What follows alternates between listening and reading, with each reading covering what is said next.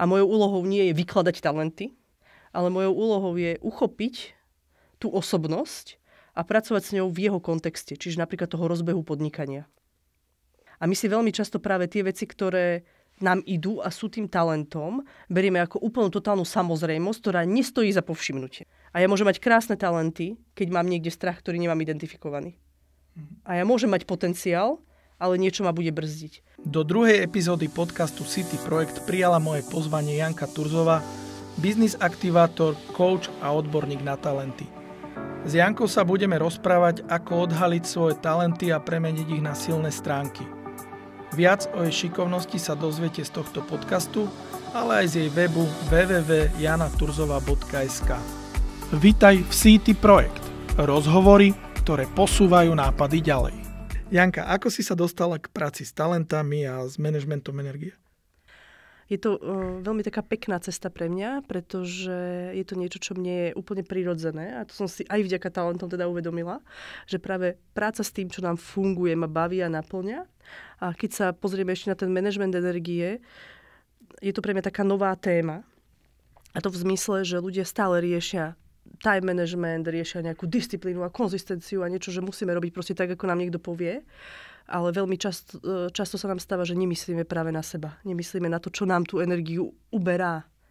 A venujeme veľmi veľa energie veciam, ktoré chceme zmeniť. Chceme sa zmeniť, namiesto toho, aby sme chopili to, čo už máme a s tým sa naučili pracovať. V súvislosti s tým, čo robíš, mi príde ako geniálna myšlienka pri zakladaní projektu sa zaoberať talentami a zaoberať sa týmito tvojimi vecami.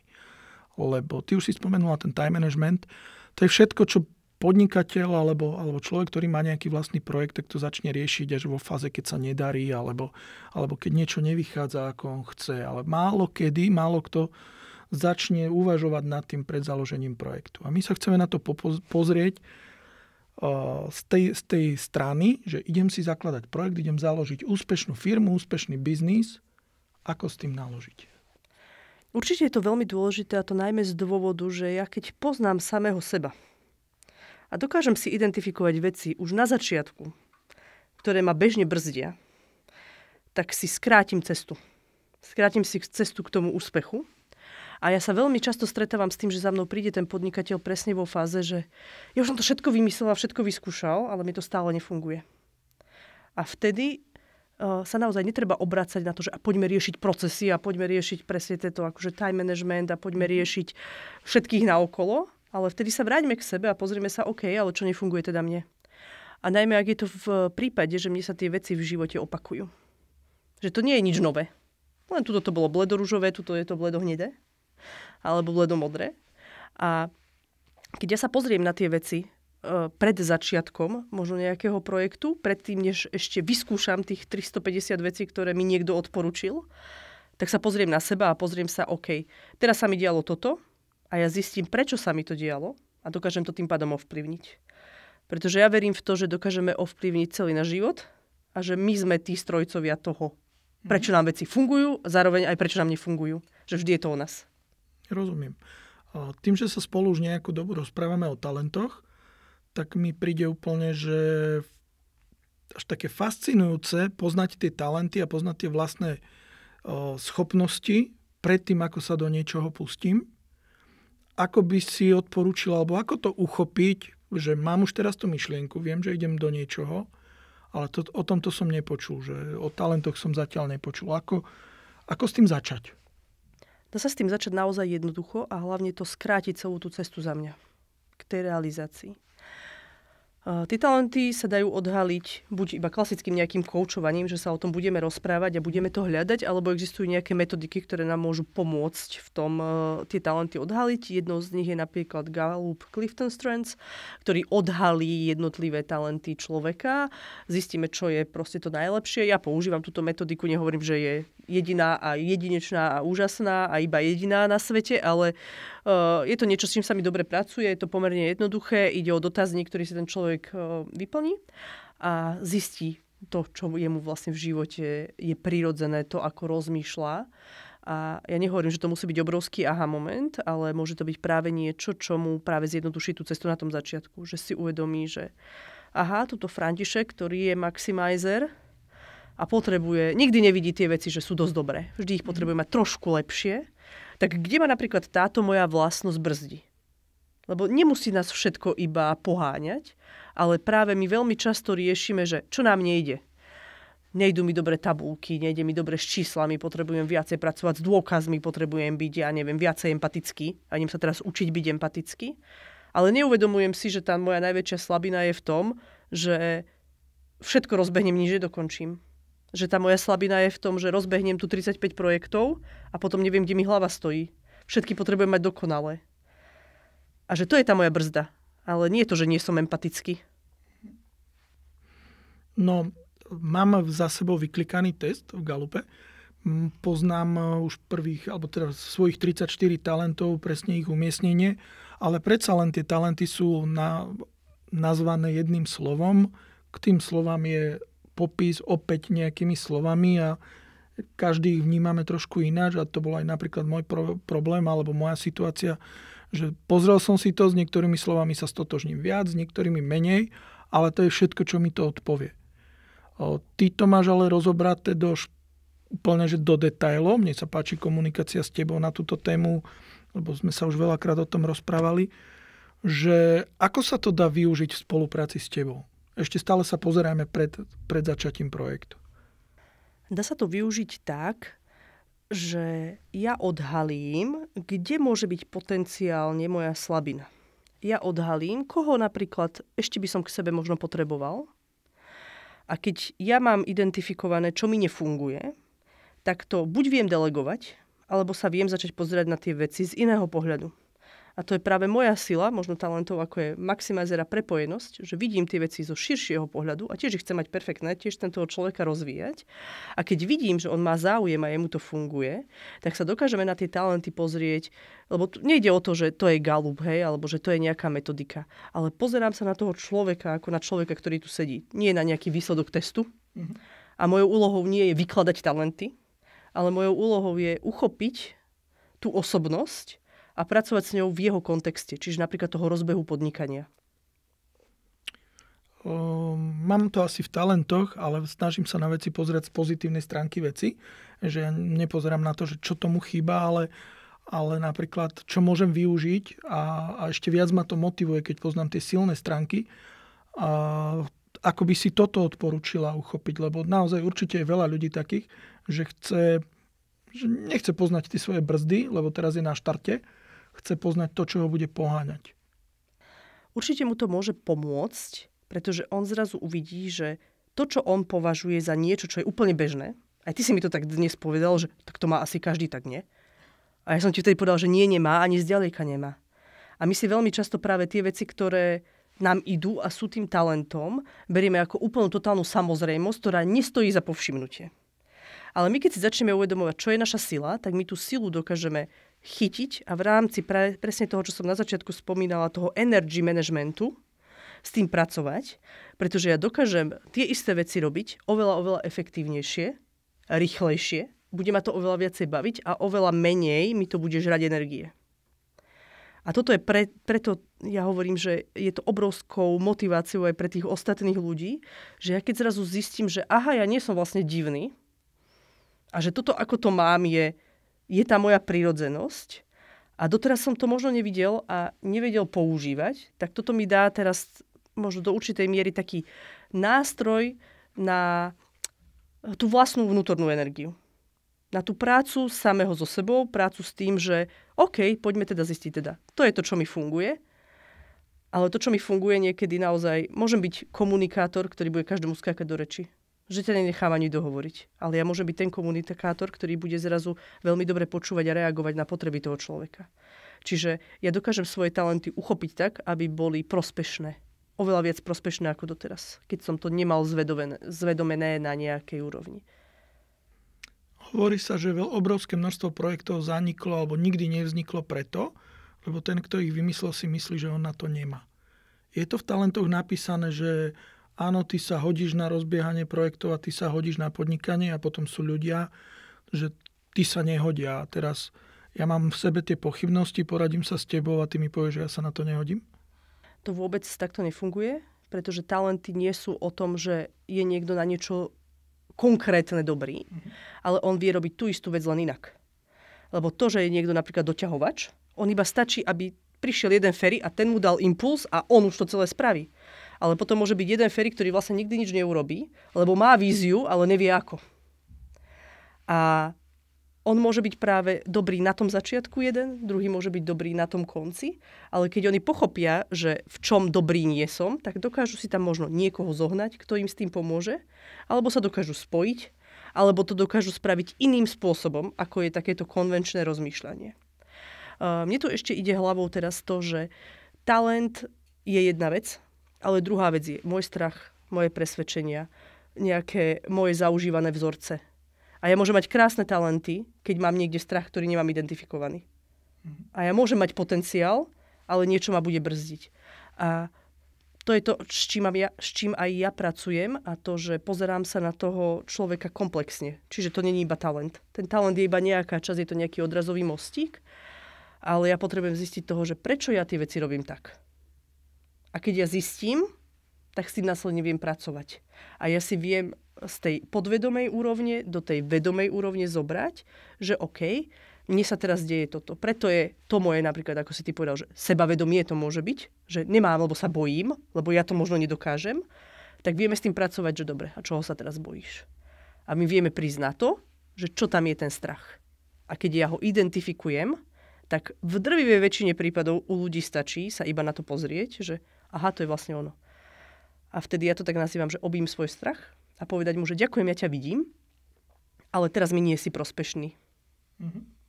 A toto je veľmi dôležité sa naučiť s tým pracovať, lebo ten strach nás chráni. Ale nemusí ma chrániť možno v situácii, kde naozaj to nie je nevyhnutné a nie je potrebné, lebo ma nejde zožrať teraz nejaký mamut alebo neviem čo. Ale to, že ja chcem rozbehnúť firmu, a teraz čoho sa bojím? Hej? Prídem o niečo, ľudia ma prestanú mať radi, ľudia sa boja úspechu, to si napríklad veľa ľudí neuvedomuje. Že nechce dosiahnuť niečo, pretože sa bojí toho, že tam príde odmietnutie. Že ja budem príliš bohatý na ten môj okruh ľudí napríklad okolo. Keď spomínaš okruh okolo, tak ten s tým pekne súvisí, lebo každý, kto niečo rozbiehal alebo len chcel rozbehnúť, tak sa stretol určite s reakciami okolia a tie často nebývajú pozitívne. Aj s týmto vieš nejako pomôcť? Lebo určite idem niečo rozbiehať, tak sa pýtam tých svojich najbližších. A oni už mi dajú ako ten pomyselný pohlavok, že nie, nerob to, lebo toto. Je veľmi dôležité, koho sa pýtam. Uh-huh.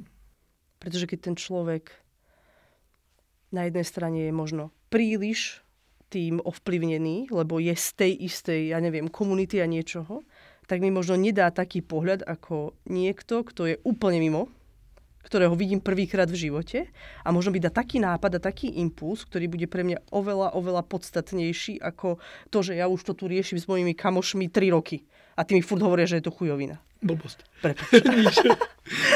A my sme boli spolu na jednom takom biznisovom pobyte. A toto, čo robím, vzniklo tam. Uh-huh. Pretože prišiel jeden Tomáš a on povedal, a prečo to neurobíš takto? A ja tu akože rok rozmýšľam, čo s tým idem robiť. Rok to tu riešim v tejto mojej bubline. Nikto mi nič nepovedal, akože čo by mohlo byť zaujímavé. A my si tu teraz sadneme a za 15 minút sme prišli na to, že je tu proste vytvorený môj biznis. A toto je tá krása pre mňa tých prepojení, ktoré dokážu vzniknúť či už vďaka talentom, alebo aj tomu osobnostnému rozvoju. Keď sa otvoríme tomu, že áno, iní ľudia môžu mať iný pohľad na vec, a dovoliť si pustiť možno aj takú ideu, ktorá nie je úplne možno, že konvenčná, alebo to nie je niečo, na čo som prišla ja sama. Každý sa pýta na začiatku toho svojho blízkeho okolia, tých kamarátov, tých rodičov práve preto, že má tú ideu, že oni mi chcú predsa najlepšie. Cudzí človek, čo jemu na mne nezáleží, prečo by som sa jeho pýtal? Lebo on nemá ten tvoj strach. A to je to, čo sa tam deje v tom okolí. Že tí ľudia práve z toho dôvodu, že ťa majú radi, ťa budú ešte viacej ochraňovať. Budú sa tam ešte viacej zrkadliť tie strachy, ktoré my tu máme. A práve preto človek, ktorého stretneš prvýkrát, ti možno povie niečo, čo si naozaj nečakal, ale na druhú stranu môže byť oveľa prospešnejšie pre tvoj biznis. Dobre, ale kde ho hľadať? Kto môže byť takým človekom? Napríklad robívame také mastermind skupiny. Ja už som v jednom takom spoločenstve BNI, networkingovej organizácii, to je jedno v žilinských podnikateľkách.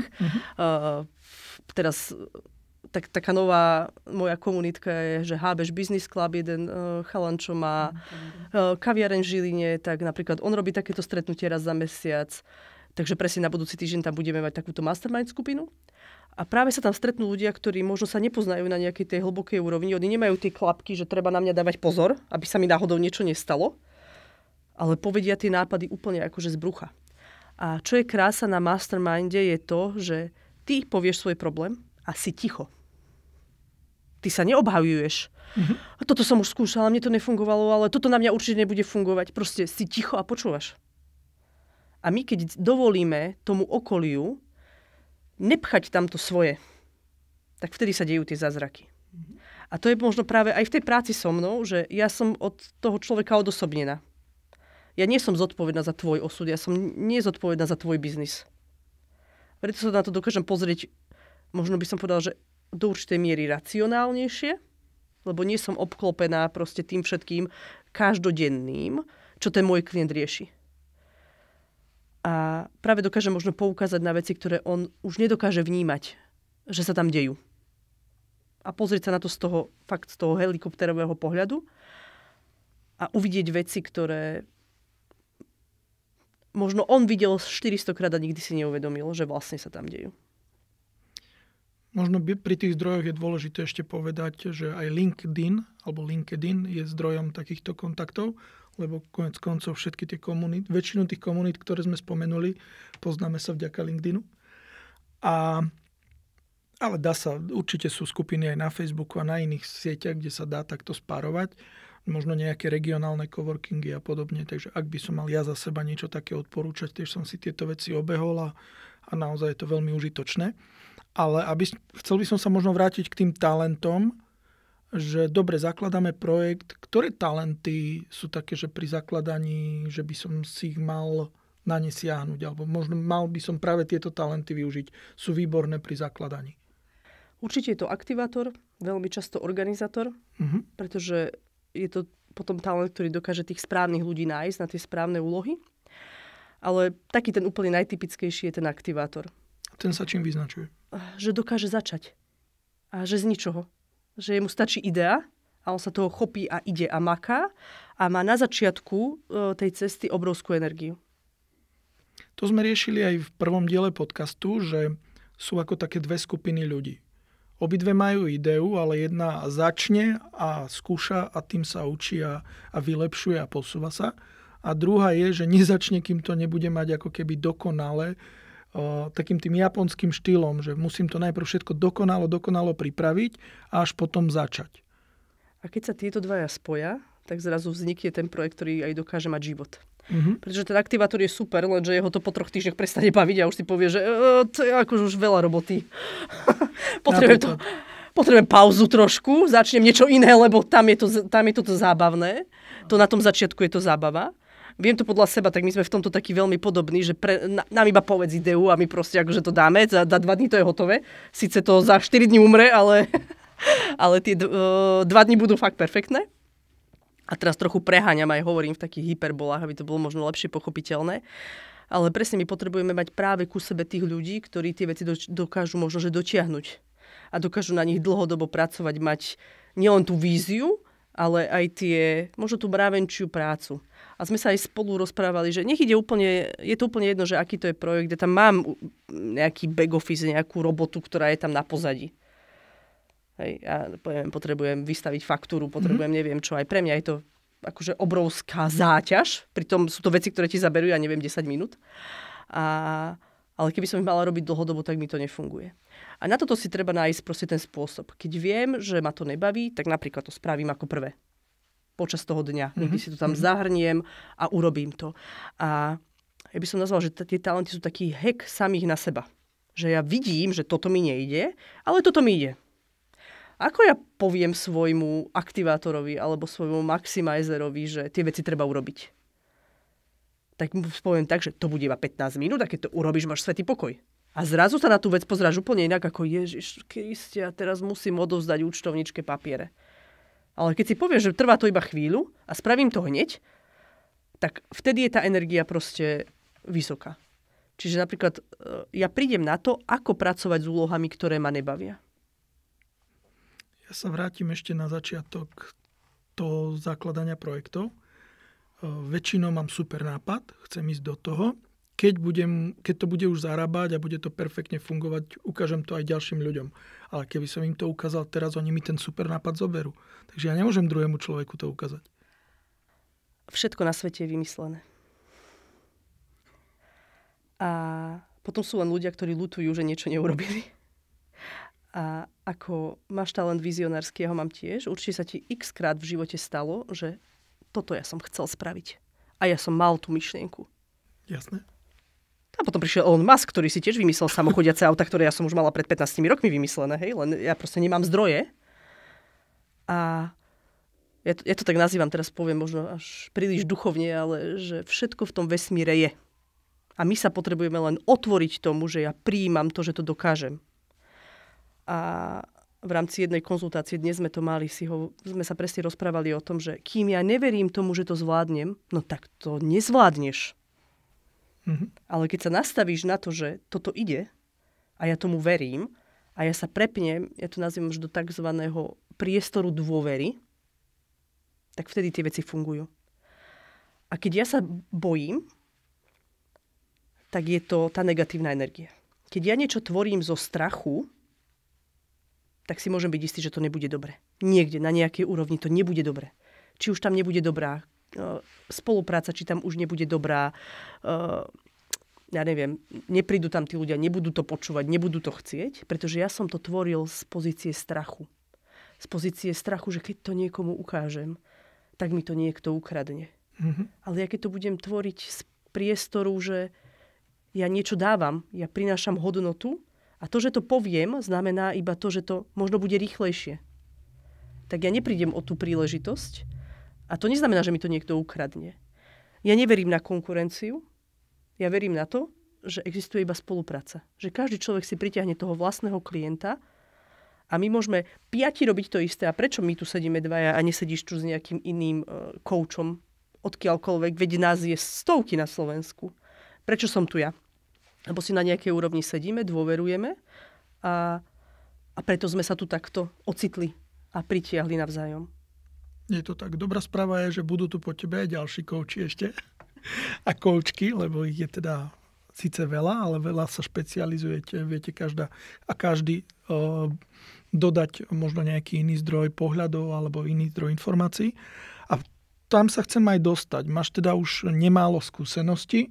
Bola si pri zakladaní nejakých projektov a z tvojej tej praxe, ako ty si bola užitočná. Skús popísať nejaký konkrétny projekt, ak môžeš. Nemusíš ho úplne pomenovať, ak nechceš, ale môžeš.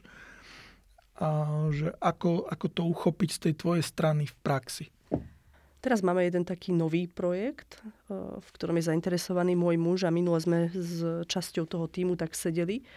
A presne sme prišli na to, že oni nemajú žiadny zámer, s ktorým to robia. Alebo ten zámer bol niekde vyslovený, ja neviem, pred 3 rokmi, už funguje to úplne inak a zrazu sa tam deje to, že im to nejde. A aj toto je vec, ktorú napríklad ja viem poskytnúť a to je naozaj sa pozrieť na to, že prečo tie veci robíme. A to je možno to, že hej, je to ten strach? Je to niečo, že ja tu chcem akože silou, mocou niečo pretlačiť? Alebo je to niečo, čo chcem priniesť ako vyššiu hodnotu tej spoločnosti? Neviem, či som ti teraz úplne odpovedala na otázku, ale oni tie projekty sú rôzne. A teraz akurát veľa riešime tieto, napríklad to finančníctvo a podobne, čiže tam sa napríklad veľmi často bavíme o téme získavania klientely. Že prečo mne to nefunguje, keď napodobňujem iba tohoto môjho kolegu, ktorému to ide. A on si strašne myslí, že toto je tá jediná cesta, ako sa to dá robiť. A nedáva napríklad priestor tým svojim podriadeným, aby to robili svojím spôsobom. A toto sa mi veľmi páči napríklad aj na tejto našej spolupráci, že ste otvorení tomu pozerať sa na tie veci, že áno, každý to môže mať inak a vtedy to bude fungovať. Nie, keď sa snažím pretvoriť tých ľudí na seba. A akurát presne som tento týždeň čítala jeden článok, že Z 10 firiem 9 skončí. Prečo? Pretože ten, kto to založil, si myslí, že on vie najlepšie. A preto tá firma skončí. Pretože ja môžem riešiť túto tým a týchto ľudí, ale kým ja sa nepozriem, že čo je tu v tej firme hore, aký tam bol zámer, aká tam je vízia, aká tam je tá misia, a keď tento človek si nedá povedať v určitých prípadoch, pretože niekedy tú firmu zachráni práve to, keď on zostupí. A toto je práve to, čo dokáže veľa firiem položiť. Keď ja som tam ten, ktorý je tvrdohlavý, ktorý si myslí, že vie najlepšie na svete. A tu ja sa zase vrátim späť, keď sme sa bavili o tých komunitách, že toto je to, čo my potrebujeme robiť. Podnikanie na Slovensku sa nebavíme o tom, že ako ti ja môžem pomôcť. Tu je presne o tom, že on mi to ukradne, tento mi to... Hej, my máme akože umelú inteligenciu, ktorej keď sa opýtaš, tak toto isté ti za 30 sekúnd to vypluje. To, čo tam ty si myslíš, že je najväčšia vec na svete, ktorú si ty vymyslel. Keby to isté zadá niekto do chatu GPT, tak dostaneš rovnaký výsledok. A to, čo sa deje, je, že my potrebujeme tú spoločnosť takýmto spôsobom meniť. Tým, že my dávame, tak potom budeme dostávať. A nie byť v tom strachu, tom, že nám niekto niečo ukradne, hej, sťažovať sa na vonkajšie okolnosti. Ale kto sú tí najúspešnejší? To, že keď prišiel COVID, tak to bol ten človek, ktorý začal distribuovať potraviny tým ľuďom domov. Pretože využil príležitosť. On si nepovedal, že Ježiš, a ja teraz čo ja budem robiť? Nezačal tu obviňovať pol Slovenska, ako môže niekto za jeho to, že on je zavretý doma. Ale hľadáme príležitosti. Hľadáme to, ako dokážeme ľuďom pomôcť a keď využijem ja túto situáciu, tak vtedy dokážem byť úspešný. A je to rovnako aj u tých firiem a u tých vedúcich pracovníkov alebo tých zakladateľov, že keď ja nepracujem s tým človekom, ktorý je úplne hore, tak je možné, že mi to nebude fungovať. Na žiadnej úrovni. A keď sa rozprávam, veľa rozhovorov v posledných týždňoch, mesiacoch mám práve s ľuďmi, ktorí sú, ja teda ich považujem, že to sú tí úspešní, tak to sú práve ľudia, ktorí mi povedia, že čo sa najviacej zmenilo, alebo že čo ťa najviac zmenilo v tom tvojom podnikaní, ten tvoj pohľad, kedy to začalo najlepšie fungovať. Každý jeden z nich mi povedal, že keď som spoznal sám seba. Lebo ja som zrazu zistil, prečo tie veci sa dejú tak, ako sa dejú. A ja som zrazu zistil, že ich dokážem ovplyvniť. A toto je za mňa to najdôležitejšie v tom podnikaní, že neťahať sa presne za tými procesmi a všetkými týmito vecami, ale vráťme sa o krok späť ku sebe. A tam dokážeme, pretože tam my dokážeme to najviacej toho vyriešiť, keď si to dovolíme. A je to o zraniteľnosti, preto sa tam veľa ľuďom nechce, lebo oni zrazu musia byť konfrontovaní sami so sebou. Mm-hmm. A to nie každý úplne na prvú zvládne. Musím sa za seba priznať, že som hľadal cestu k sebe rôznymi formami, aj nejaké knihy, nejaké mentory a tak ďalej. Ale už spomínaný Gallup mi to tak celé nejak zjednodušil, popísal, vymaľoval, dal mi to vo farbách, a ako si povedala, nie je to jediná verzia, je ich mnoho a stretol som ich viacero, ale táto sa mi páči aj z toho titulu, že je obširná, že mi príde taká, že už je tam popísané všetko, ale aj napriek tomu strašne málo ľudí o tom vie. Teraz, keď sa už bežne o tom s ľuďmi rozprávam, tak veľmi veľa ľudí mi reaguje, že to v živote nepočulo. Ako sa dá k tomu dostať? Dá sa cezo mňa, viete si to priamo na gallup.com kúpiť, objednať. Len za mňa je veľmi dôležité to, že aby tam prišlo k tej konzultácii potom. Pretože ja si môžem niečo prečítať, a to je presne, čím sme začínali dnes. Mm-hmm. Ja mám prvého maximizera a ja ho nemám. Hej. A keď sme sa hodinu rozprávali, alebo hodinu a pol, tak prichádzame na to, že ale veď tuto ho mám, ja ho tuto používam, tuto to takto robím. A niekedy to z toho výkladu nie je také úplne uchopiteľné a pochopiteľné. A ono to je úplne jedno, že aká to je metodika. Lebo kým je to dotazník a nejaký, zase poviem škaredo, že zdra papiera, ktorý mi vypluje z tlačiarne, tak je to stále iba zdra papiera. Ale ja potrebujem s tým nejak pracovať. A preto hovorím, že je to úplne jedno, ktorá to je metodika, ich je milión. Áno, táto tebe sedí, možno niekomu sedí nejaká iná, že s nejakou inou je nadšený, lebo s ňou vie pracovať. A za mňa je možno v tomto táto metodika dobrá, pretože ľuďom sa páči, keď im hovoríme veci, v ktorých sú dobrí. A preto je to možno také, že veľmi pozitívne, lebo ja neviem, sú všelijaké, nejaká Thomas diagnostika, ktorá hovorí, že ako pracuješ pod tlakom a čo ti nejde a v čom vlastne nie si dobrý. Mm-hmm. No a to ľudia úplne nechcú vidieť. Ale ja som za, že aj vnútorne cítim, že keď a platí to v športe, lebo robíme aj športový podcast, tam to platí viacnásobne, že zdokonaluj to, v čom si dobrý, pracuj. V tom sa cítiš jednak príjemne, o to viac ťa to bude baviť, ako zaoberať sa tým, čo nevieš. Už potom, keď už budeš vedieť tie dobré stránky využiť, tak potom pôjdeš po tých nižších. Hej, že takto je to ľahko uchopiteľné, je to príjemná cesta. Ale chcem sa spýtať, ty si to teda skombinovala aj s tým coachingom a coaching za poslednú dobu, a možno je to len môj pohľad, ale zrazu sú tí coachi všade a máš pocit, že že každý je coach. Hej, už bola taká doba, že naozaj každý coach si písal, že je. A ako využiť tú službu coacha pri zakladaní projektu a vôbec pri podnikaní a hlavne podľa čoho si vyberať, ako to hľadať a je to vôbec užitočné? Za mňa je coach hlavne človek, ktorý by ti mal sadnúť.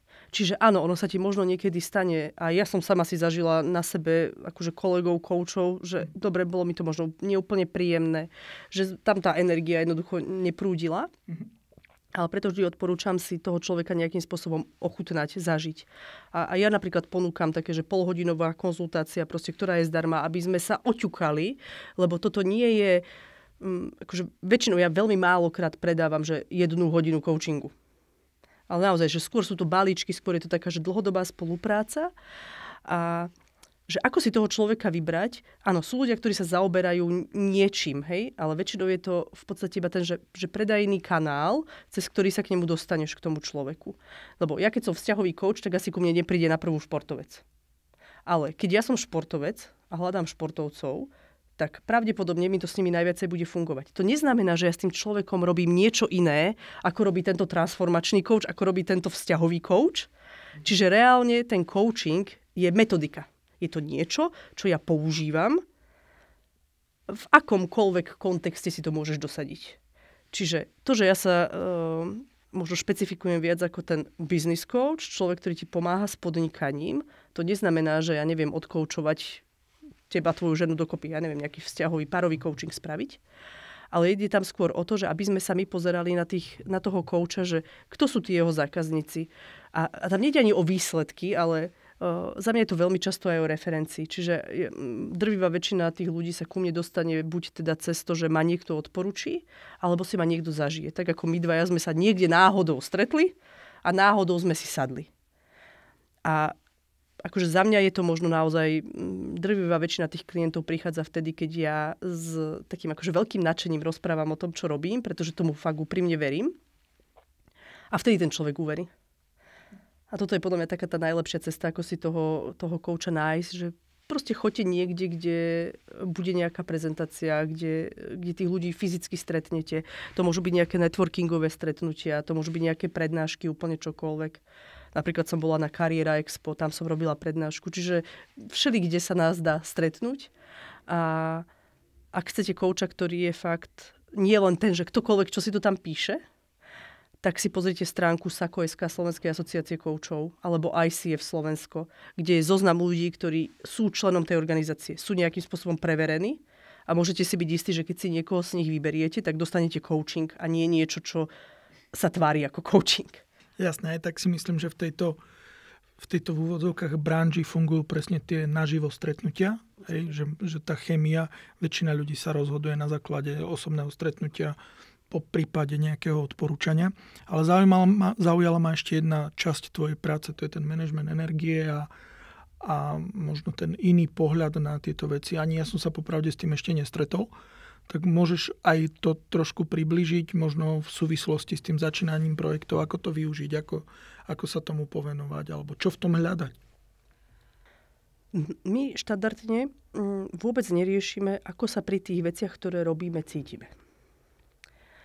A ten manažment energie je o tom, že keď mám ísť podnikať, tak čo je teraz môjim cieľom? Veľmi často my robíme... Zarobiť. Ale ako? Tam môže byť akékoľvek presvedčenie. Veľa. Áno, že niekto môže mať presvedčenie, že na to, aby som veľa zarobil, tak sa musím zodrať. A ja keď idem do podnikania s týmto, že už mám to očakávanie, že ak chcem niečo dosiahnuť, tak to musí bolieť, tak si môžeš byť istý, že ťa to bolieť bude. Mm-hmm. A preto ja pracujem potom s tými ľuďmi, že z čoho vyplýva toto tvoje presvedčenie a prečo tebe to musí, lebo ty si sám povedal, že to bude bolieť. To ti nepovedal, možno ti to povedal niekto iný a ty si tomu uveril. Prečo to tak nemá potom každý? Prečo každé podnikanie neboli? Určite boli, len oni o tom nehovoria. Áno, oni o tom určite nehovoria. Ale to je to, že o čom sa rozprávame, že každý má niekde ten svoj gombíček, ktorý sa nám stláča a ktorý nám potom môže spôsobovať, že ma vypne. Hej, teraz sa hovorí veľmi prenesenie. A to vypnutie môže byť naozaj, že 5 rokov som proste makal, nevidel som svoje deti, síce mám zarobené, ale som ja spokojný? Toto je tá otázka. Že kde je tá spokojnosť a kde je tá moja hladina energie, keď ja som OK? A to neznamená, že ja potrebujem makať od rána do večera, alebo to neznamená to, že ja mám teraz presvedčenie, že podnikatelia to sú len takí lenivci. Čiže ja teraz budem podnikať tak, že vlastne nič nebudem robiť a budem čakať, že budem mať nejaký výsledok, lebo veď to sú tí ľudia iba tí leniví. Alebo to je ten úspech za jednu noc. Ale nikto nevie, že tých nocí bolo 18 000, neviem, vymyslím si. Proste strašne veľa. A táto jedna sa podarila. Ale tých failov tam predtým bolo proste XY. A tú energiu my čerpáme z tých činností, ktoré robíme.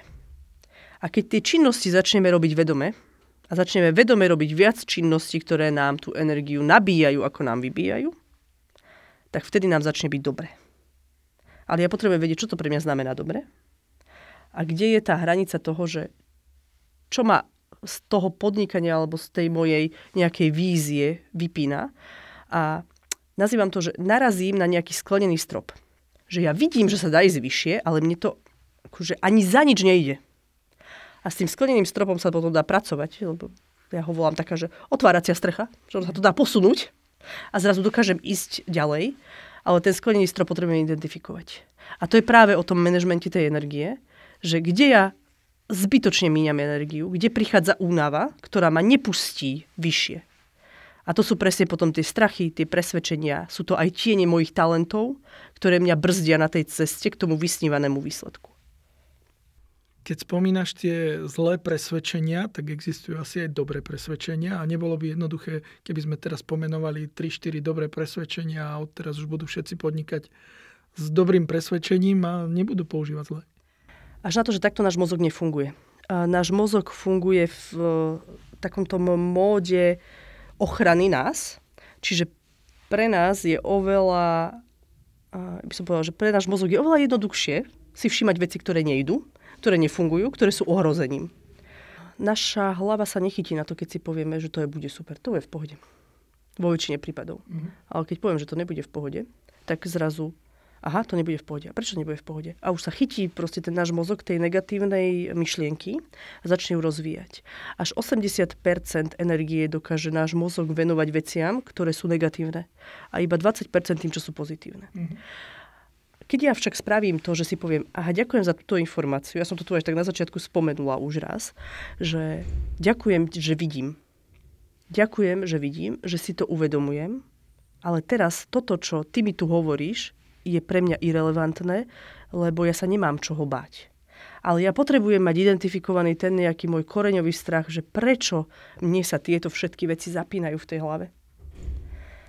Ja nehovorím, že to zrazu pôjde úplne všade a veľmi jednoducho, ale tá identifikácia tých strachov nám veľmi pomôže si sám sebe povedať, že aha, preto to sa mi to deje. A ja už viem, prečo sa mi to deje a tým pádom tá hlava nebude mať takú tendenciu sa tomu venovať. Veľa vecí sa vyrieši už iba tým, že sú pomenované. A to je to objatie toho strachu. Že ďakujem ti, že tu si. Ja viem, že ma chceš chrániť, ale teraz v danej situácii mi neslúžiš. A ja viem, že to je pre veľa ľudí možno také, že náročné, A preto je dôležitá tá konzultácia možno s tým koučom alebo nejakým terapeutom, ktorý dokáže zrazu povedať, že toto je nejaká emócia, ktorá sa tu vyjavuje, lebo. Ale čo je dôležité, je moja reakcia na ňu. Ja môžem reagovať zo strachu, ja môžem reagovať z tej negatívnej energie, alebo sa tu môžem pozrieť na to ako na príležitosť, ktorá sa dá prekonať.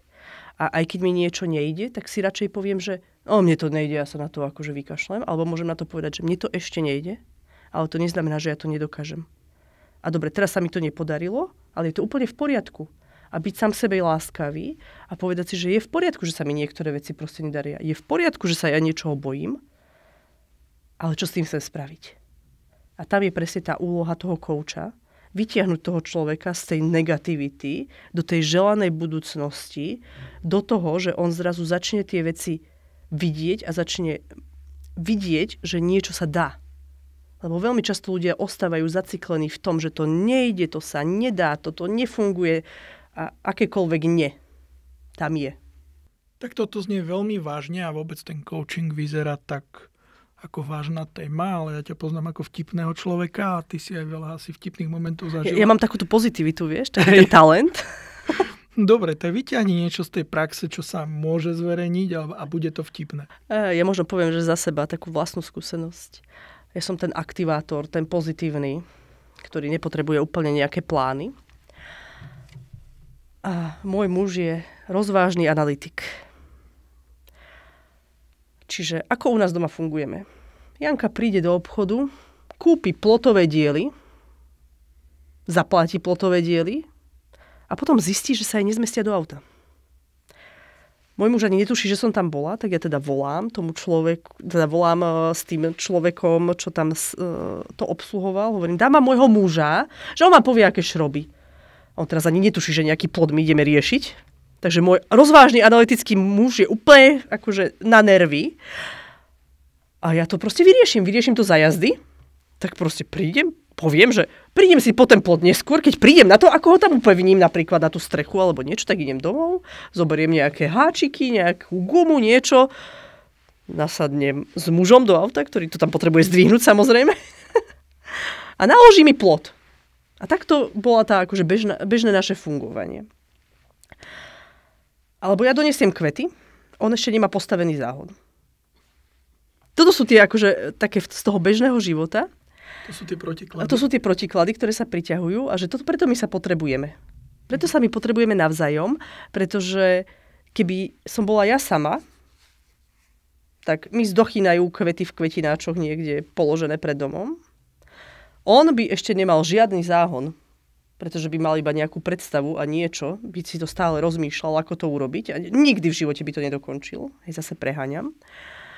A preto sa tie protiklady priťahujú. A takto máte možno aj vy vo vašej práci, že tu máte ľudí aj takých, aj takých. To má asi každý. Má to každý, ale druhá vec je, že ako sa ja na to pozerám. Že či sa ja na to pozerám z toho pohľadu, že tento mi strašne lezie na nervy, pretože tak to bolo aj u nás. Veď on mi to robí na schvál, on nič nevie urobiť, on tu stále iba o tom rozpráva a prečo to už nemáme a my už sme to dávno mali mať. Ale zase na druhej strane, že on to nerobí na schvál, on to potrebuje trochu inak. A my potrebujeme priznať to, že čo je toto trochu inak a vtedy nám to aj v tom vzťahu, aj všade začne fungovať. Čiže pre mňa bolo napríklad, že talenty, obrovská pomoc v našom vzťahovom fungovaní. Lebo ja zrazu viem, ako to on myslí, ja zrazu viem, prečo on potrebuje tú trochu času a že on mi to nerobí na schvál, že tam je ticho. A že sa ma 350 vecí opýta, keď ja už by som to dávno mala hotové. A robí to na schvál, lebo to tak potrebuje. A prichádzam zase k tomu prijatiu, že to je veľmi dôležité. Prijať sa navzájom. A chcel si ešte nejakú vtipnú vec, ale teraz mi úplne neviem, či niečo takéto napadne. Rozmýšľaj, lebo ja som tu zaregistroval taký zaujímavý kontrast. Na jednej strane odporúčaš nezačínať sám, spojiť sa s tými druhými, ktorí ma doplnia. Na druhej strane nás vopred upozorňuješ, že tí druhí sú iní, lebo sme hľadali takých, ktorí nás doplňajú a tým pádom budú s nami komunikovať tak, aby nám to liezlo na nervy. Je to možné. A toto je tá realita, že tým, že je ten človek taký iný, no tak asi úplne nám nebude rozumieť. A čo sa mne akože bežne deje, je, že hľadáme do týmu nejakého človeka, ktorý je hen takýto a vždy nachádzame niekoho iného a nám to ale potom akože úplne v tej práci nefunguje. Akože sme síce dobrí kamoši, ale jednoducho to nejde. A ono sa nedá úplne naprvu vždy ten fit spraviť taký, že ten človek nám sadne aj osobnostne a ešte to tu bude aj fungovať a celé akože jednorožce a fanfári a neviem čo. Že takto to naozaj nefunguje a preto vravím, že zase sa treba vrátiť k sebe a je to práca samého so sebou. Na čo mi ten človek druhý tam dáva, šťuká mi tie moje tlačítka? Kde sú tam tie háčiky, na ktoré ja sa chytím a nechám sa strhnúť do tej mojej prirodzenosti a možno tých mojich tieňov, že a mne on strašne lezie na nervy a on by sa mal celý zmeniť. Ale kde som tam ja? Že čo vlastne viem ja spraviť možno trochu inak, aby nám v tom všetkým bolo lepšie. Ja som ti to dnes povedal, že sa ti to veľmi páči, že prečo nám ľudia lezú na nervy. No lebo buď robia veci také, aké my by sme chceli a nerobíme, alebo robia veci, ktoré aj my robíme a nechceme robiť. A to sú iba dve roviny. Pre nič iné nás ľudia nehnevajú. A vtedy si treba uvedomiť, že čo je to správanie, ktoré mňa hnevá. Pretože ja viem, že keď to budem robiť takto rýchlo, tak to nedopadne dobre. A on to robí pomaly. A ja to tak neviem. A preto mňa to hnevá. To je ten dôvod. Pekne. Je nejaká literatúra, ktorú by si odporúčila v kontexte toho, o čom sa rozprávame? Toto veľa vychádza aj z etikoterapie. Je to jeden taký smer, ktorý ja už 4. rok teraz študujem. Vladimír Červenák napísal 2 knižky a tá jeho najnovšia, ak sa nemýlim teraz úplne presne, tak by mala znieť, že ty si ja a ja som ty. A to je presne o tom zrkadle, o tom, že čo nám tí vlastne ostatní ukazujú a tí ostatní nám ukazujú iba presne tie naše slabiny. A čím viac vytvoríme my priestoru pre to prijatie a pre súcit, tak začnú nás ľudia iritovať oveľa menej. V akomkoľvek kontexte. Takže toto je napríklad taká literatúra a možno z takého, že tej mužsko-ženskej dynamiky, také možno trošku, že vzťahové, je to trošku iná téma ako táto, o ktorej sa teraz rozprávame, je autor David Deida. A on píše také knihy, že čo je to mužská energia, ako má vyzerať muž a čo je tá ženská energia, ako by mala sa správať žena, keď chce byť tá správna žena. A toto sú za mňa veľmi pekné knižky. Jedna je Cesta pravého muža, tá je pre mužov. A druhá je Keď ide o mužov, to je pre ženy. Odporúčam obidvom pohlaviam prečítať obidve. Keď to môj manžel čítal, tak mi to dával takto do ruky s tým, že mi hovorí, toto sa ti fakt nebude páčiť. A povedal mi to z toho dôvodu, lebo naozaj my teraz to možno zoberiem z toho ženského pohľadu, že my ženy sa teraz snažíme byť veľmi ako emancipované, všetko si robiť sami. Ale čo tým vlastne dosiahneme? Že my nie sme ženami. Stávame sa mužmi a preto veľmi často to nefunguje a potom preto tá žena nemá vzťah, alebo to doma je proste neúplne dobré, stráca sa tam intimita a všeličo. A práve tento jeho pohľad mne prišiel veľmi blízky. Dobre, treba to tak akože trošku s rezervou brať, že sú tam možno také niektoré až príliš duchovné veci, ktoré nie každý pojme, ale tá esencia tých knížiek je naozaj nesmierne za mňa taká, že dôležitá. Nám podcast končí, ale projekt začína, takže by som chcel, aby si s takými svojimi slovami zhrnula, na čo sa z tvojho pohľadu, z tvojho biznisu sústrediť, keď idem zakladať projekt. Najdôležitejšie je sa pozrieť sám na seba a úplne veľmi dôležité, že ten úspech záleží na tom zámere, prečo to robím. Akože to si iba odhadujem, že dovolím si tvrdiť, že ľudia nad zámerom absolútne nerozmýšľajú. Ja som sa ešte nestretla bežne s tým, že by niekto prišiel za mnou, že potrebujem si ja ten zámer upratať pred tým, než niečo začnem. Pretože z akej pozície my tvoríme, tak takú budeme mať odpoveď. A to je to, čo sme sa bavili. Ak je to ten strach o tú konkurenciu alebo o čokoľvek, ak je to niečo, že chcem to robiť iba preto, aby som bol lepší než tamten, aby, neviem, proste jednoducho nedávam tam tú hodnotu, ale dávam tam nejakú tú negatívnu stránku tomu môjmu projektu, tak to dopadne.